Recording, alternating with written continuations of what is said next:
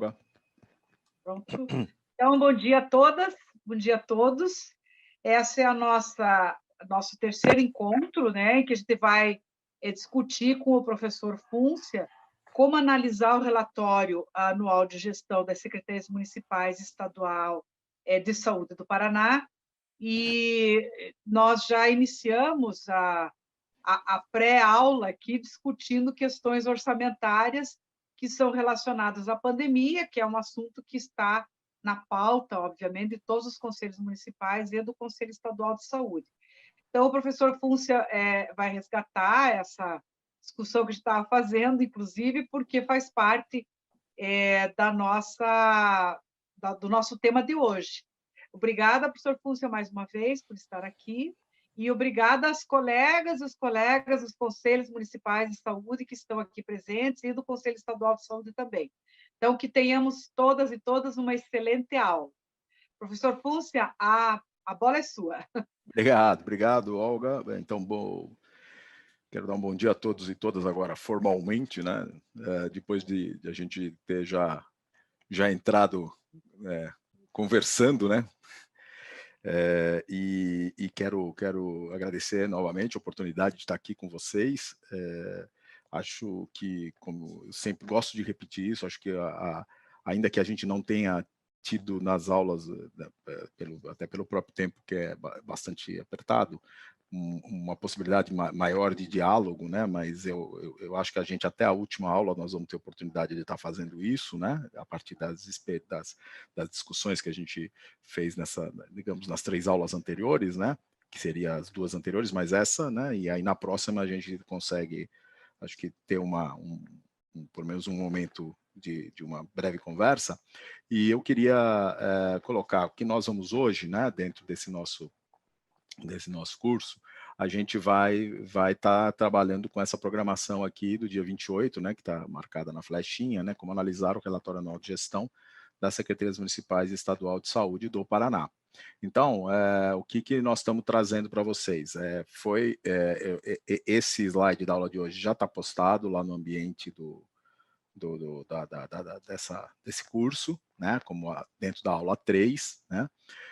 E eu vou colocar para vocês, depois da aula, um outro texto, na verdade, mas ele faz parte de uma carta que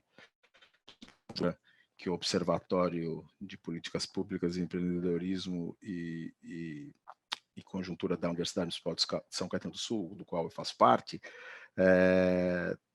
dentro dessa carta tem uma nota técnica que eu fiz e que fala um pouco de alguma coisa, de uma das coisas que eu vou mencionar aqui na nossa apresentação de hoje, que é um pouco os parâmetros para fazer a análise do nível de empenhamento e de liquidação da despesa. Então, quando chegar mais nessa parte, eu até relembro que vai ter um texto que vai tratar disso, além do manual que a Olga daquele manual para conselheiros e conselheiras que a Olga já disponibilizou anteriormente aqui. Então, hoje nós estamos dando sequência à nossa caminhada, né? Eu coloquei essas figuras do SUS aqui, com as pessoas de mãos dadas e com a figura, digamos, aumentando de tamanho a cada momento, né?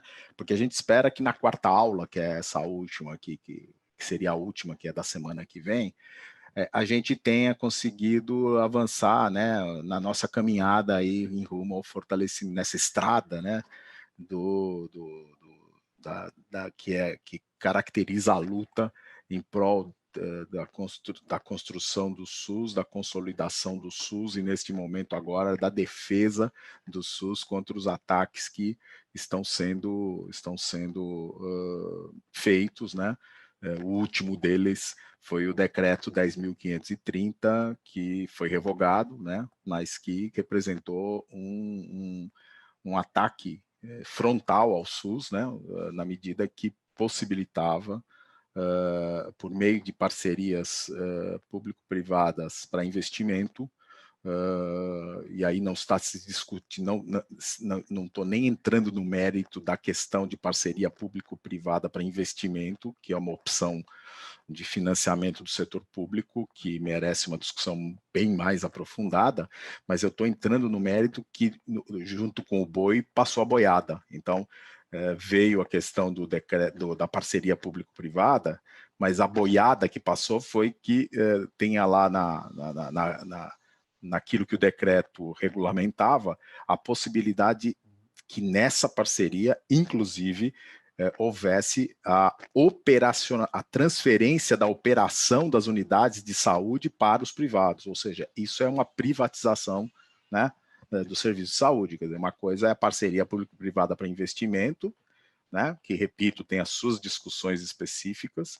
e a outra coisa é você, dentro deste modelo de parceria, porque existem vários modelos de parceria, é você colocar a possibilidade de que a operacionalização passaria da unidade básica de saúde, passaria também para o privado.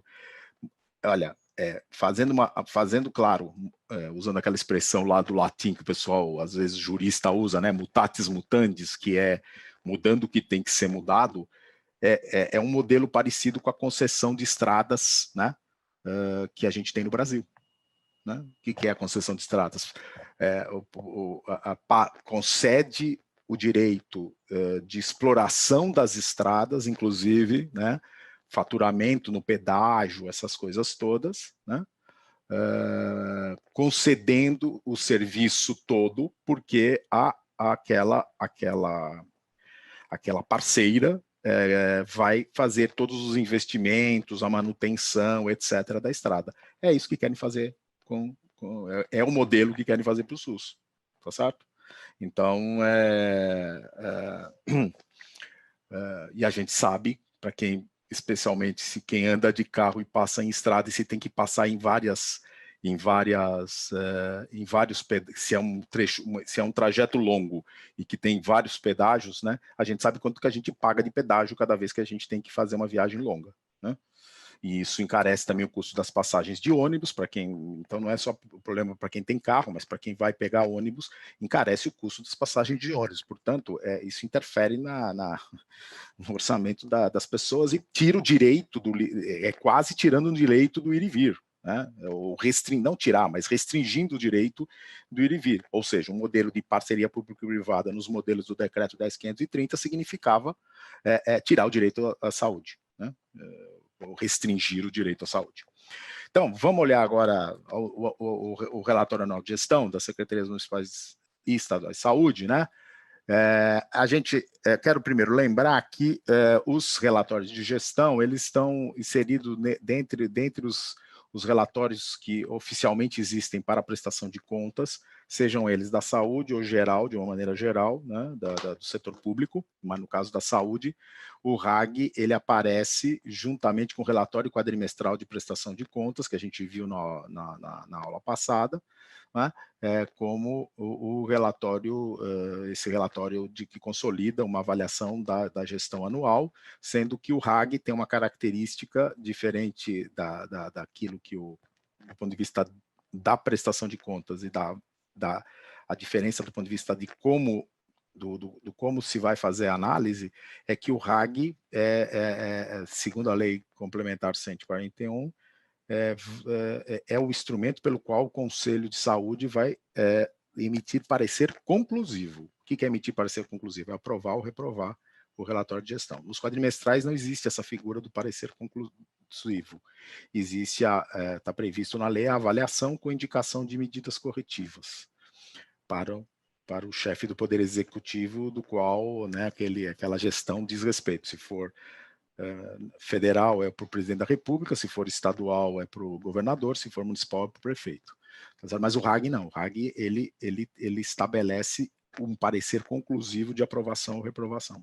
Então, nesse sentido, ele ganha uma relevância muito importante enquanto instrumento de monitoramento e avaliação por parte do controle social. Né? Então, é nessa perspectiva, porque ele passa a partir quando você emite parecer conclusivo, aprovando ou reprovando, você está estabelecendo referências, né, para a própria gestão, né, dado o caráter deliberativo do conselho. Tá? Então, aqui eu já tinha mostrado para vocês o calendário, né, já em outra aula, então só estou relembrando aqui, né, depois vocês podem olhar com mais calma, porque aqui tem os prazos, digamos assim, por que a gente diz que um conselho de saúde tem que ter uma comissão de orçamento e financiamento permanente, né, com atuação permanente? Porque ela tem uma agenda para o ano inteiro, é uma agenda de trabalho para o ano inteiro, né? Uma agenda legalmente estabelecida, né? Então, você tem que fazer desde as análises dos relatórios quadrimestrais, então, no mínimo, você vai analisar 3 relatórios por ano, né? E você tem que fazer a análise do relatório anual de gestão, portanto, tem mais um relatório para você analisar. Então, são 4 relatórios de prestação de contas setoriais. Claro que o relatório anual e o do terceiro quadrimestre, eles se complementam, né? O relatório anual tem informações adicionais que não tem no relatório quadrimestral. Então, mas é importante lembrar que são relatórios diferentes que ensejam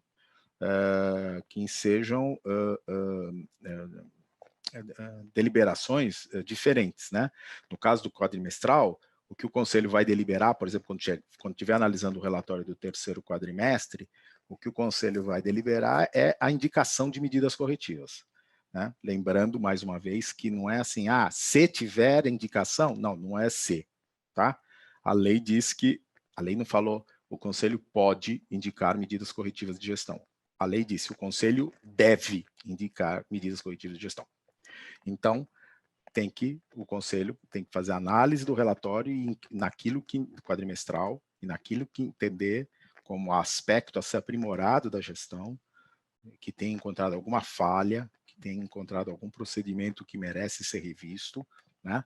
Ou que tem encontrado algum aspecto que não tenha sido contemplado nas normas estabelecidas pelo conselho, ou até mesmo alguns aspectos legais, compete a fazer essa indicação de medida corretiva a cada quadrimestre. No terceiro quadrimestre, você faz a indicação de medidas corretivas, mas junto com isso, né, você também tem que analisar, coincide com o final da gestão, você também vai ter que analisar depois o relatório anual de gestão, né?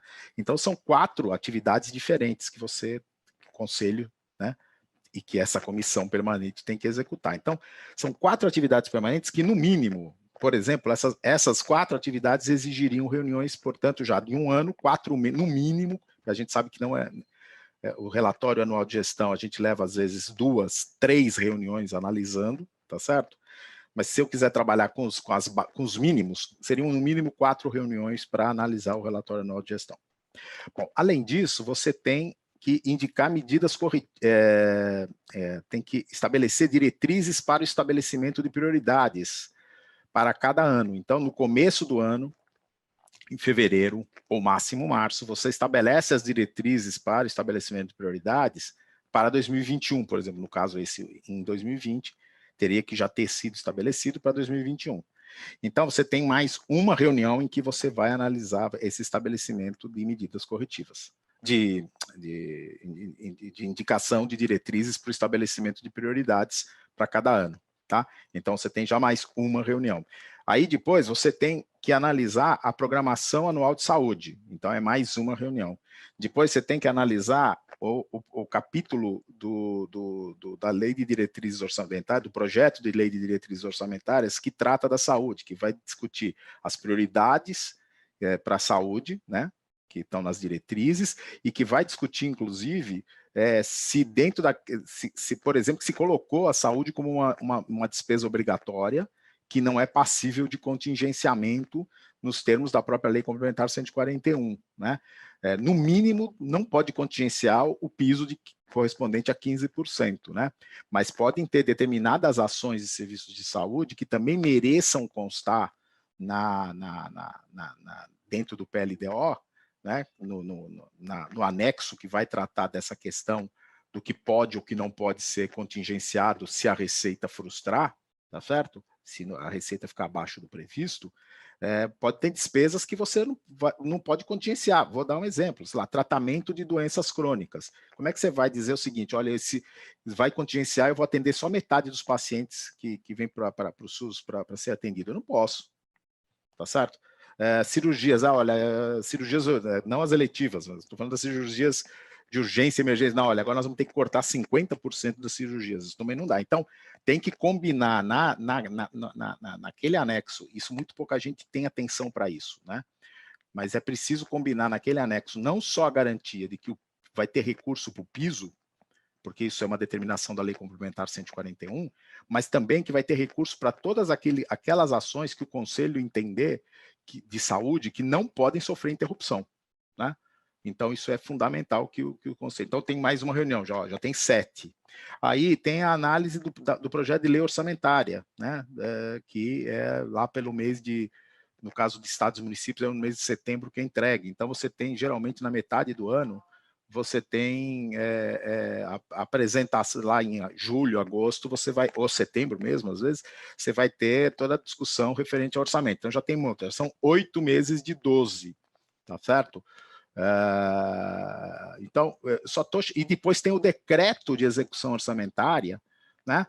Que quando depois de aprovada a lei orçamentária, em que logo no início do ano, a primeira coisa, né, aprova a lei orçamentária, logo nos primeiros dias do ano sai um decreto dizendo qual é como é que vai se dar a execução orçamentária e do Estado, né, ou do município, e aí tem que ter um capítulo específico que trate da questão da saúde, ou seja, porque a saúde é regida pela Lei Complementar 141 e vai dizer nesse capítulo específico, né, do decreto geral, o que vale para a saúde do ponto de vista do cumprimento da lei, do ponto de vista da programação própria de desembolso, né, que tem que ser estabelecida mensalmente, e quem define isso é o gestor do fundo, e submetendo isso ao conselho, e tem que também ter a previsão da receita bimestral, ou seja, nesse decreto, que você tem a geral, mas você tem que depois também apresentar separadamente qual é a previsão de alocação de recurso bimestral que o fundo vai ter. Então, eu já cheguei a 8, tá certo? Então, eu só estou 9. Então, eu só estou chamando a atenção de vocês para dizer que, veja, eu tenho aqui 9 meses que eu tenho pauta permanente, tá certo? Eu tenho pauta permanente em 9 meses, tá? De 12. Então, isso sem considerar todas as outras coisas que dizem respeito ao financiamento e que também são pautas do Conselho, né? Porque o financiamento perpassa por todas as discussões da gestão, né? Então, você tem pauta para o ano inteiro, essa que é a questão, tá? Então, importante isso a gente está colocando. E tudo isso que eu falei, quando for analisar o relatório anual de gestão, é preciso verificar se todas estas coisas que estavam aqui indicadas, programadas, consensuadas e que foram e deveriam ter sido aprovadas pelo Conselho, na hora que apresenta o relatório da gestão realizada pelo Ministério, se foi cumprido ou não foi cumprido. Esse é são conjuntos de atos normativos que dizem respeito àquilo que o Conselho pactua, né, estabelece, delibera para que o gestor faça. E o gestor aqui, não adianta ele dizer que não fiz, e veja, e o Tribunal de Contas não me deu pau por conta disso, porque o Tribunal de Contas é o Tribunal de Contas, tem a sua competência específica definida na Constituição, e o Conselho tem a sua também competência exclusiva definida na Constituição e na legislação, especialmente na 8.142 e na Lei Complementar 141. Portanto, só isso quero chamar a atenção, que nós fazendo esse repasse, eu estou dizendo o seguinte, uma coisa que eu tenho que olhar no relatório de gestão é aquilo que está pactuado, as normas que foram pactuadas do próprio Conselho, além da própria legislação. Tá? Então, o que a gente tem, se a gente for, a gente pode assim, qual é o roteiro? Eu vou pegar aqui para passar para vocês qual é o roteiro que que a gente tem no CNS, que a gente estabeleceu já no CNS, e que ele é aplicável para os conselhos estaduais e para os conselhos municipais de saúde, né? Então, o conselho recebe o relatório anual de gestão, né? É até 30 de março de cada ano, tá certo?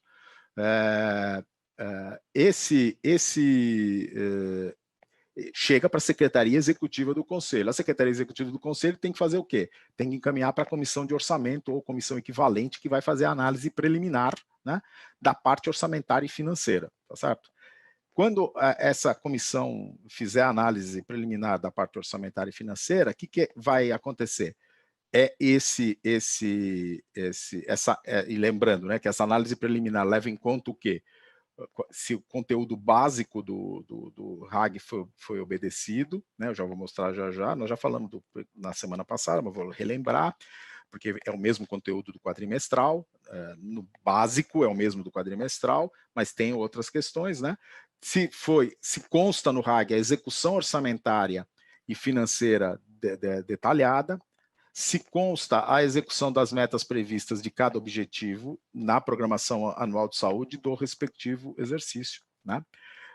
E, com isso, feita essa primeira análise preliminar por parte da Comissão de Orçamento, inclusive já apresentando o resultado da análise da execução orçamentária e financeira, ela encaminha esse material para demais comissões temáticas. As demais comissões temáticas do Conselho, né, que tratam, digamos, mais diretamente o que eu chamaria do acompanhamento das políticas de saúde, da implementação das políticas de saúde, vão levar em conta esses subsídios que a Comissão de Orçamento fez preliminarmente, né?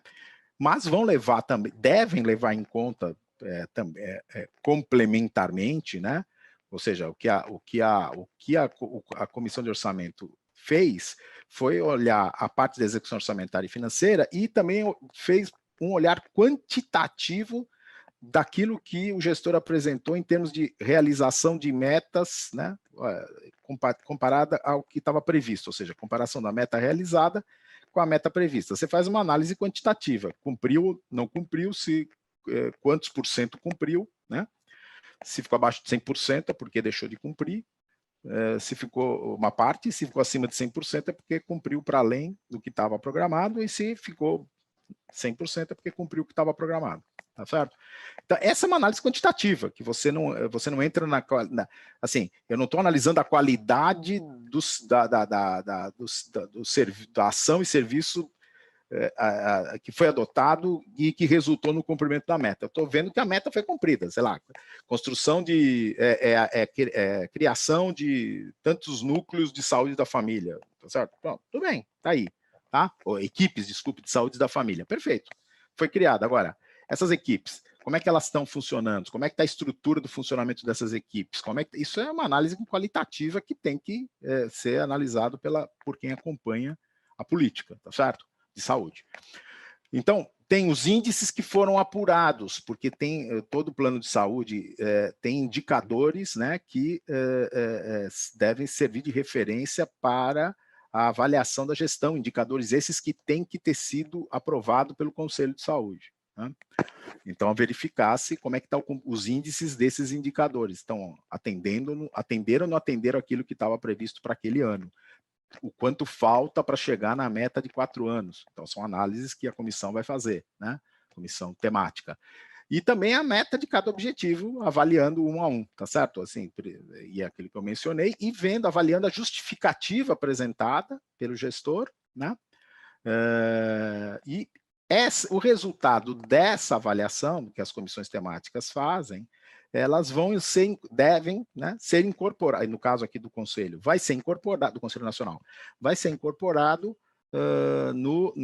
nessa minuta de parecer conclusivo, que já tem uma parte da execução orçamentária e financeira, já tinha uma parte da análise da oferta de serviços, já tinha uma parte da questão das auditorias realizadas, e isso vai para o encaminhamento depois, aí, com essa minuta já consolidando todas as contribuições, vai para o parecer do pleno, né, que é essa etapa 3.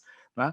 E aí, na etapa 4, o pleno vai analisar essa minuta de parecer conclusivo e deliberar pela aprovação com ressalvas ou reprovação do relatório de gestão do gestor, tá certo? Então, o que eu já tinha começado a falar, a gente tem, lembrando, né, eu já tinha comentado isso alguma dessas nossas duas aulas anteriores. Então, quando a gente vai fazer a análise de relatório de gestão, esse é um marco legal. A gente tem que ver se essas leis aqui, naquilo que diz respeito a gestão orçamentária e financeira, de um lado, né? Então essa parte da legislação das finanças públicas estão sendo cumpridas. Temos que ver também se os outros aspectos da própria legislação do SUS, porque o relatório anual de gestão não trata só de gestão orçamentária e financeira, né? Trata da gestão do SUS como um todo, né? Então, tem que ver também se todas aquelas outras normas, dispositivos para a gestão do SUS estabelecidos na Lei 8080, na Lei 842 e na Lei Complementar 141 foram ou estão sendo cumpridos, tá certo? Então, essa é uma outra, no caso ali, foram cumpridos, porque você está analisando o relatório do ano anterior, tá certo? Tem que levar em conta, e é importante que leve em conta, o marco normativo estabelecido pelo Conselho de Saúde. O que é marco normativo do Conselho de Saúde? São por meio de resoluções que o Conselho tem estabelecido, então as resoluções devem ser cumpridas, né? Elas passam a integrar o conjunto de obrigações que o gestor tem para fazer a gestão. As recomendações, que ainda que seja uma recomendação, evidentemente é importante saber se acolhida ou não acolhida a recomendação por parte do gestor, quais foram os desdobramentos para atenção à saúde da população. Isso é importante, porque muitas vezes, o Conselho, por exemplo, o Conselho Nacional de Saúde, em junho, começo de julho, expediu uma recomendação para que houvesse uma aceleração dos recursos, da utilização dos recursos da ação 21C0 de combate à pandemia, tá certo? De modo a poder, no tempo certo, né, fazer, né, quer dizer, que já não atrasasse mais do que já estava atrasado naquele momento, né? E evitar que você chegasse no final do ano com recursos sem ser utilizado. Então, o que a gente vai, quando for analisar o relatório de 2021, o que o Conselho vai fazer? Vai verificar se essa recomendação foi observada ou não foi observada pelo Ministério da Saúde em 2020, tá certo? Quando for analisar o relatório de 2020. Então, a recomendação ela não tem força de imposição, de regra, de obrigação, como a resolução, tá certo? Mas ela estabelece, digamos, algo para ser verificado se cumprida ou não cumprida, porque pode não ter sido cumprida e não ter gerado nenhum problema para a população, tá certo? Ok. Mas qual é o desdobramento daquela recomendação à luz do atendimento às necessidades de saúde da população? Então, tem que olhar as recomendações e, eventualmente, existem outras deliberações que o Conselho de Saúde toma na própria reunião do Pleno, durante a reunião do Pleno, que não se transforma em resolução ou em recomendação, mas que aprovada em ata, né, desde que você aprove na reunião e tenha uma ata aprovada sobre aquilo que foi deliberado na reunião, né, e pela Lei Complementar 141 isso tem que ser publicado, tem que estar publicado também, né, ou no site do Conselho, ou o gestor deveria publicar, você tem também aqui, digamos, regulamentações a serem observadas pelo gestor. Tá? Lembrando que eu estou falando de gestor, conselho, mas o gestor é parte do conselho, né? Não vamos nunca esquecer disso, quer dizer, ele está ciente que essas coisas todas foram discutidas, foram aprovadas e que, enfim, aquilo que é obrigatório, aquilo que é recomendação, aquilo que, enfim, tá?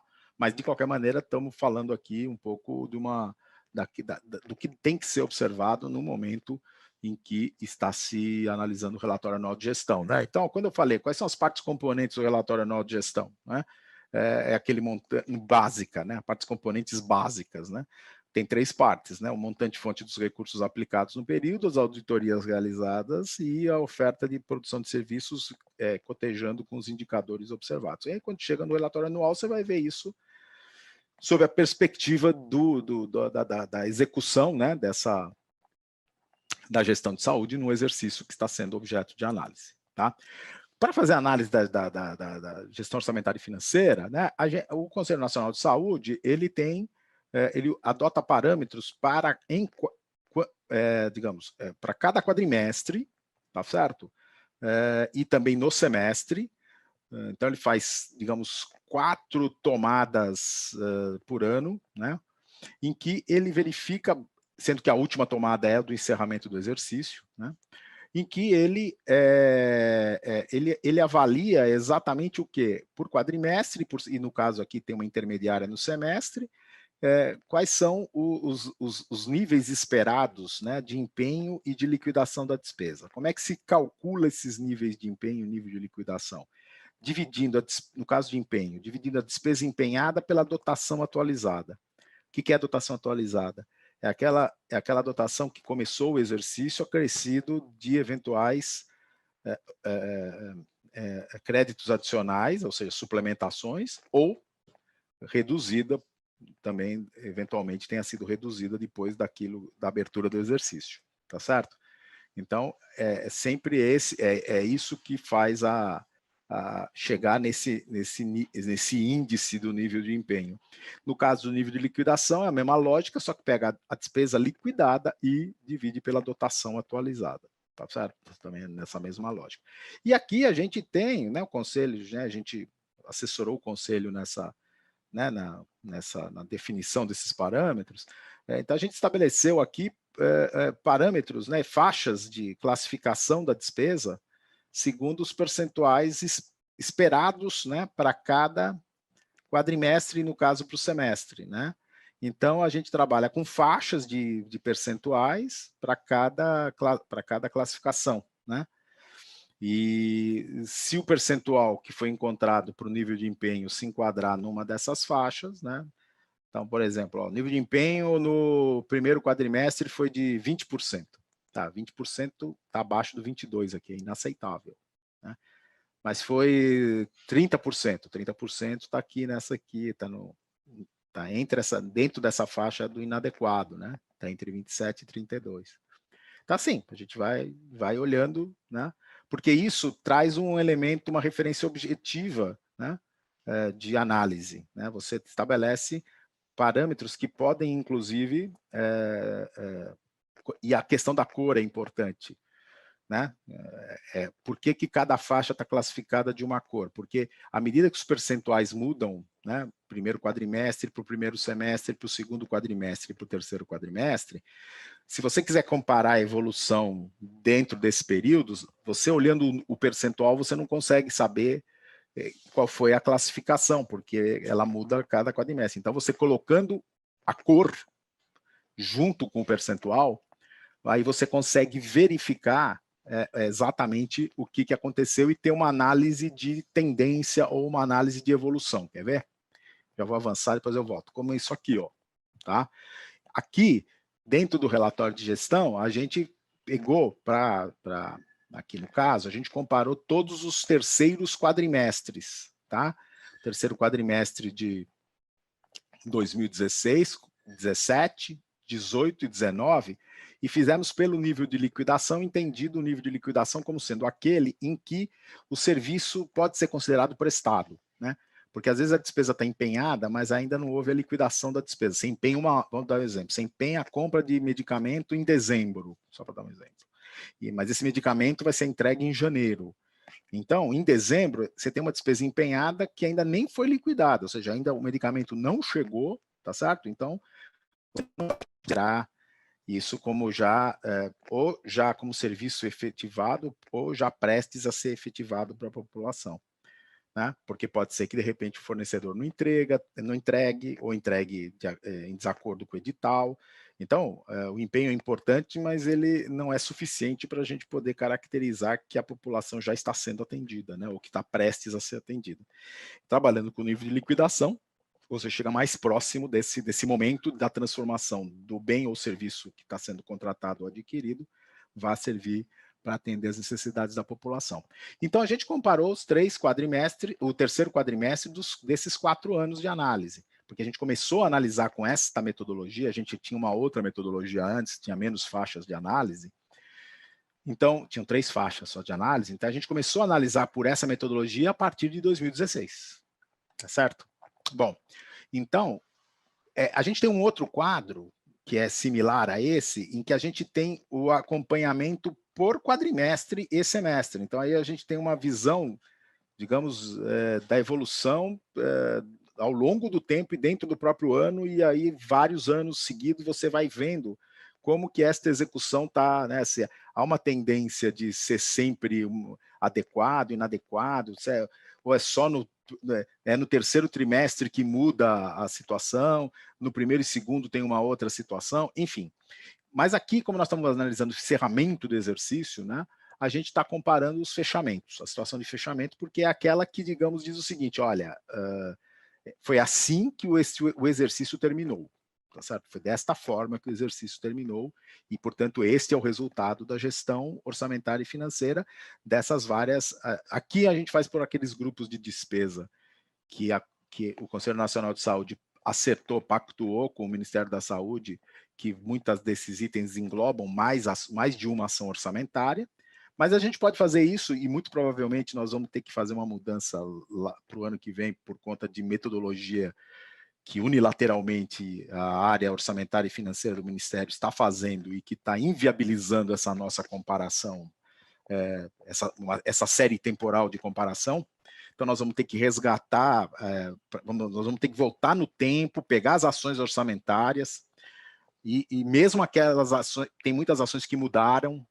Então, infelizmente, a gente também está passando por um processo em que estão dificultando esse trabalho de monitoramento da gestão orçamentária e financeira, porque o monitoramento da gestão orçamentária e financeira ela é um importante quesito para a gente poder avaliar como é que está a implementação da política de saúde, o que está sendo priorizado, o que não está sendo priorizado, aonde pode ter problema no atendimento às necessidades da população e aonde não pode, onde pode ser que não esteja com problema.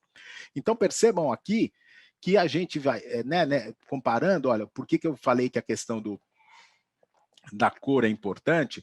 Quando você analisa no quadrimestre, os percentuais aqui vão mudar, né? Então, quando você analisa, então a cor ajuda você a verificar se a cada quadrimestre continua baixa a execução correspondente ao que está acontecendo no quadrimestre. Pronto, isso é uma leitura. Agora aqui, o que eu estou olhando? Os fechamentos. Então, olhando também os períodos na sequência, né? Portanto, eu posso ver a tendência. Olha, percebam que tem ações aqui, olha, desse primeiro bloco aqui, que sempre são verde, sempre estão classificados como adequado, exceto um ou outro momento pontual, mas a maioria, né, se classificou como adequado. Assim como tem uma outra parte de despesas que a maioria se classificou aqui no laranjinha aqui de regular, tá? Tem uma outra situação pior ou melhor, né, mas a predomínio regular. E quando você vem aqui, né, veja que isso aqui eu pus na ordem do quê? Para vocês saberem que ordem foi colocada aqui. Foi a ordem da liquidação, tá? Dos níveis de liquidação, desses percentuais de liquidação de 2019, do maior, tá vendo, 100%, para o menor aqui, que é a última coluna direita, de 21,86%. E na hora que eu pus isto nesta ordem, ele me traz, eu estou comparando os quadrimestres, dos terceiros quadrimestres dos anos anteriores, ele me traz a situação de como é que foi o fechamento dos anos anteriores. E aí a gente constata exatamente isso, que caracteriza claramente uma tendência, que são sempre itens de despesa que tem ou classificação adequada, ou classificação regular, ou classificação, que é essa cor de rosa aqui, desbotada, com um cinzinha mais claro, inadequada e intolerável, né? Ou, que é esse aqui, cinza mais escuro, ou os inaceitáveis, né, que são índices muito baixos de liquidação, nível de liquidação muito baixo de despesa, tá certo? Então, percebe que há uma recorrência, né, recorrentemente, né, frequentemente, são itens de despesa que têm tido baixo nível de liquidação de despesa, né, tá? Então, para essa análise, digamos, essa análise ela tem que ser feita junto com uma outra, né? Que até então o Conselho Nacional de Saúde até 2018, o Conselho Nacional de Saúde não recebia informação. Que é a seguinte, bom, o que ficou como restos a pagar tem uma execução financeira paralela à execução do exercício orçamentário, né? Então, o que a gente precisa verificar é se tem despesa sendo, por exemplo, aqui, vou pegar esse item aqui, ó, vacinas e vacinação, tá vendo? Aqui na segunda coluna direita, aqui, bem aqui embaixo.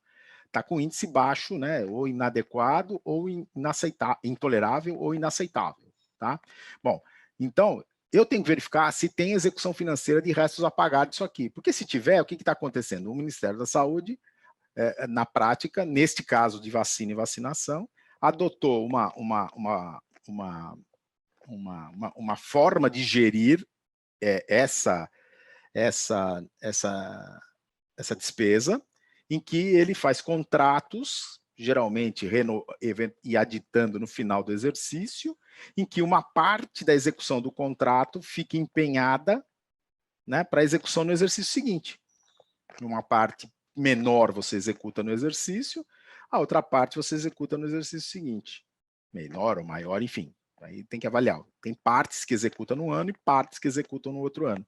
Então, aí você combina isso aqui com o que foi executado pelos restos a pagar para saber, bom, tá, então isso aqui teve execução de restos? Tá, então ele não, neste caso, não prejudicou a população, porque você acabou tendo recurso alocado, quer dizer, não prejudicou não, né? Você, em termos de recurso, você alocou, então agora tem que ver como é que isso se transformou em ação efetiva, né, por parte do Ministério, que é a comissão temática que acompanha a política que vai ver. Agora, só chama atenção, que é uma coisa que a gente tem dito, é que em algum momento do tempo, que a gente não sabe qual foi, por qualquer questão de ordem administrativa, de contingenciamento de despesa, seja lá qual for, se retardou o empenho e a ponto de fazer com que ele começasse mais para, por exemplo, não no início do exercício, mas mais para o meio ou para o fim do exercício.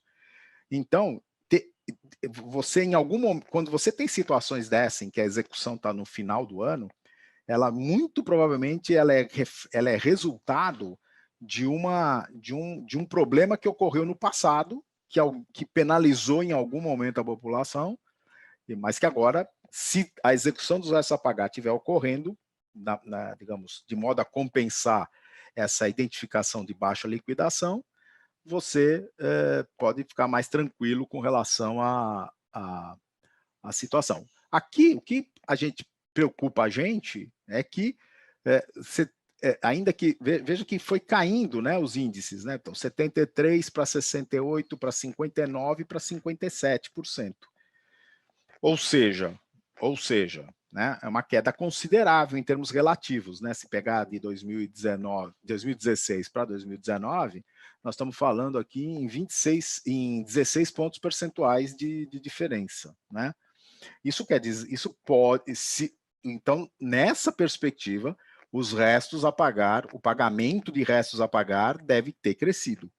Se não cresceu, né, quando chegar nesse de 57, não vai compensar. Você vai ter nível de execução para vacina e vacinação menor do que você, confirmando, né, o que você já está observando aqui, menor do que você teve em 2016. Então, são elementos que você introduz, que você traz para análise e ajuda as comissões temáticas que analisam as políticas poderem avaliar, inclusive com esse olhar de tendência, né? Você vê, as ações de vigilância epidemiológica, todas no inaceitável.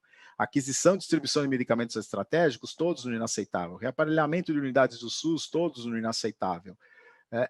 Fomenta a pesquisa. Aqui eu vou falar uma coisa, essa atenção à saúde de mulher, criança e adolescente. Era um programa, era um recurso específico que tinha no orçamento que não ia junto com o seja com a atenção básica ou com a média e alta complexidade. Ele era um recurso específico. Muito bem. O que aconteceu agora em 2020, que é uma coisa muito curiosa, né? E a gente já observou isso em 2019 e agora 2020 de novo. Mas percebam que 2019, você via 39, 26, 17 foi para 59. Continuou inaceitável, mas deu um salto aqui, né? Em relação ao último ano, deu um salto de 32 pontos percentuais, né? Aí, o que você vai olhar? Porque isso aqui é número relativo, né? Então, o que a gente observou é que diminuiu o montante alocado para essa ação. E aí, a execução melhorou um pouco, porque você compara o que foi executado em relação ao que tem na dotação. Então, reduziu o valor da dotação, melhorou o percentual. E em 2020, é mais escandaloso ainda, reduziu muito mais o valor da dotação e vai dar um